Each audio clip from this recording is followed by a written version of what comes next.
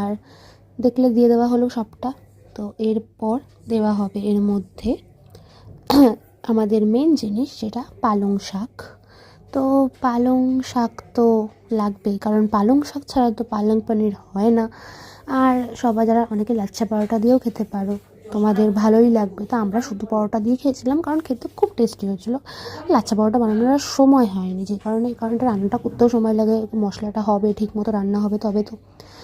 তো তোমাদের কেমন লাগছে অবশ্যই জানিও, লাইক কমেন্ট শেয়ার, চ্যানেলটাকে সাবস্ক্রাইব করো। আশা করি তোমাদের এই রান্নার ভিডিওগুলো ভালো লাগে, চেষ্টা করি যতটা সম্ভব দেওয়ার। হ্যাঁ, অত ভালো এডিটার আমি নই, তবে নিজের মতো করেই দিই, কারণ তোমাদেরকে নিজের মনে করি, তাই মনে করি যে দেখালে নিশ্চয়ই তোমরা দেখবে। তো কথা বলতে বলতেই দিয়ে দেওয়া হলো পালং শাক বাটা। তারপরে এরপর এর মধ্যে এটা ভালো মতো রান্নাটা হোক, ততক্ষণ আমরা একটু অপেক্ষা করে যাই। তো আশা করি তোমাদের ভিডিওটা খুব ভালো লাগবে। হ্যাঁ জানি রোজ ভিডিও দিতে পারি না, একটু সময় লাগে আর চাপ হয়ে যায়, কারণ আমার সামনেই উচ্চ মাধ্যমিক পরীক্ষা। তো যতটা বাড়ি এডিট করার টাইম পাই চেষ্টা করি দেওয়ার। তো এরপর দেখলেই দিয়ে দেওয়া হলো সুইট কর্ন আর পনির। তো আমি এখানে ক্রিম পনির ইউজ করেছি, তোমরা নর্মাল পনিরটাও ইউজ করতে পারো, বাট ক্রিম পনিরটা আমি বলবো টেস্ট খুব ভালো হয়। তো ওটা দেওয়াটা ভালোই হবে, কারণ স্বাদটা আরও বেশি লাগবে।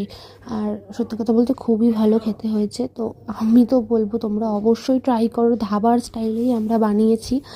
তো